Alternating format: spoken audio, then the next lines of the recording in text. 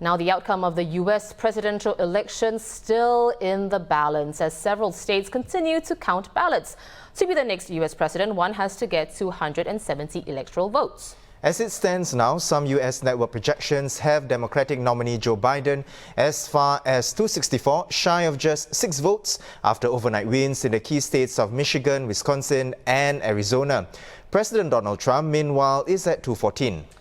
Well, we're happy to have a former U.S. Bureau Chief for the Straits Times, Jeremy Ao-Yong, with us once more. So, Jeremy, where are we now? We just spoke slightly over 5 hours ago.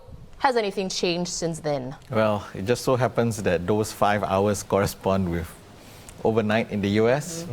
So it really hasn't moved that much. I think vote counting seems to have slowed down. I guess because counting mail-in ballots is a little bit more involved, the process. There's a verification process for the signature. So it does take a little while longer. Again, part of the delay also is because of how close the race is. Right. In previous years, voting has taken some time. You don't always get the official result right on polling day or the day after. But because the race wasn't tight, the news outlets were able to project a winner. This year, it's very, very close. Everybody is not projecting a winner yet. So we are very much in this wait and see moment. Joe Biden, as we saw in the intro, it is close, but Donald Trump still can win. Right. So, Jeremy, we are looking at at least five competitive states, giving each candidate multiple paths to the White House. Let's talk about trajectory, right? Yep. Trump and Biden's plans heading into the race, have they changed from then to this point? I would say it might have changed a little bit for Biden, but not so much for Trump. I think Trump always knew that if he was to win a second term, he would have to reproduce something along the lines of the same coalition of states he won in 2016. Because he was not really expected to flip any from Clinton to, the states that Clinton won in 2016, he wasn't really expecting seriously to flip any of them this time. So his winning strategy would have been to recreate that coalition. And that coalition today, that's still a possibility. But it does involve him winning most of the 5 remaining. I said this afternoon, 4 of the 5. He still needs that. Biden had really quite a varied strategy going in. He probably saw his best chances in this blue wall, the one which we talked about yesterday, Michigan, Pennsylvania, and Wisconsin. He's got 2 out of the 3 of them now. Pennsylvania very much up in the air. He may not need it. So the focus today for the Biden campaign has not been Pennsylvania. It's been Georgia, Arizona, Nevada.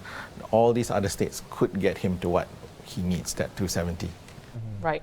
Well, Jeremy, something that we also talked about yesterday and today is that, of course, how the networks project the results come from these exit polls, right? So, and as we wait for results from key states, like we mentioned, Arizona, Georgia, Pennsylvania, Nevada, are we seeing any polling errors that occurred in 2016, especially the ones that underestimated Mr. Trump then?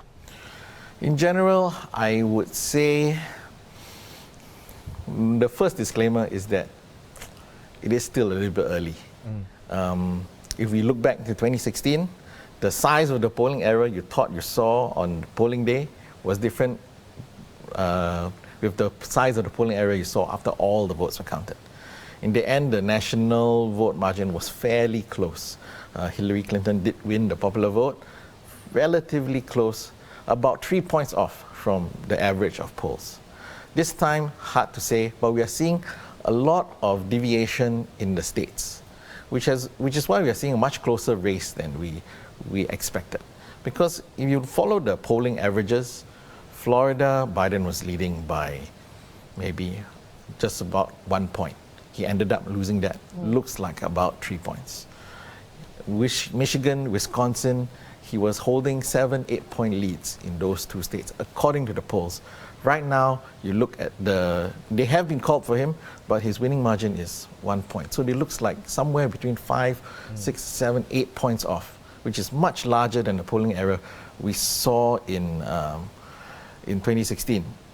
What the source of this is curious. I think the polling firms will really have to do some post-mortem into what happened, because in 2016, the conventional wisdom of what went wrong is they didn't properly control for education.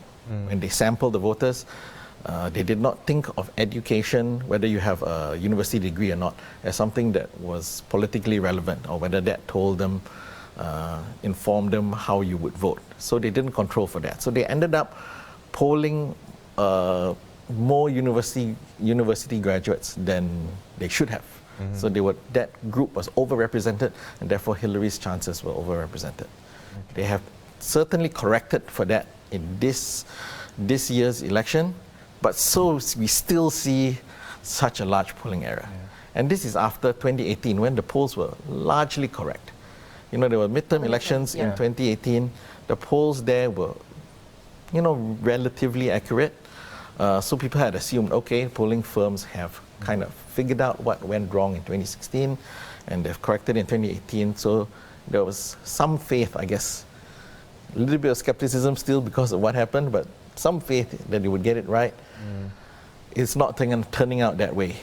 It could be Trump himself is the confounding factor. Trump was not on the ticket in 2018, and really it could be his ability to get his voters to the polls through his breakneck campaign schedule. That could be something that maybe just cannot be pulled.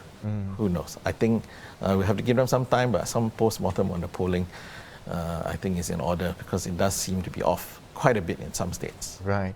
Now, Jeremy, we don't want to be jumping the gun here, but looking ahead to when a president has been elected, it's a race too close to call, like we've said, since yesterday. Both candidates are confident about winning, and they said that as well in their speeches. What happens if the loser refuses to concede? Now, in the case of Trump, if he refuses to hand over power in the lead up to Inauguration Day? Yeah, so that's a more complicated situation. Not issuing a concession speech is relatively simple. There is no legal requirement that a candidate must come before the camera and congratulate his opponent. That one is a matter of politeness. Trump is a norm-breaking president. This is a norm that he most likely will break. Hard to say if he loses. If he wins, I do expect Joe Biden, who is a more traditional candidate, to go through with the norm of making the speech. But the speech holds no legal weight. It doesn't make anybody president. You can concede defeat, and then the polls show that you have won, you still win. Not actually handing over power, like if you are a resident in the White House, like Donald Trump is, and refusing to leave the White House or refusing to hand over any of the portfolios, that is completely unprecedented. We have never seen that happen before. Not really quite sure what will be involved to actually get him out. Or it's going to be a constitutional crisis. There's going to be a mess in Congress if that happens. I struggle to imagine, because in that situation, it must be that Donald Trump is saying there has been widespread fraud. He is undermining the legitimacy of Joe Biden. In that situation, I would not be surprised if there is actually quite a bit of unrest, public unrest through the country. So that is jumping the gun, because we don't know what is going to happen.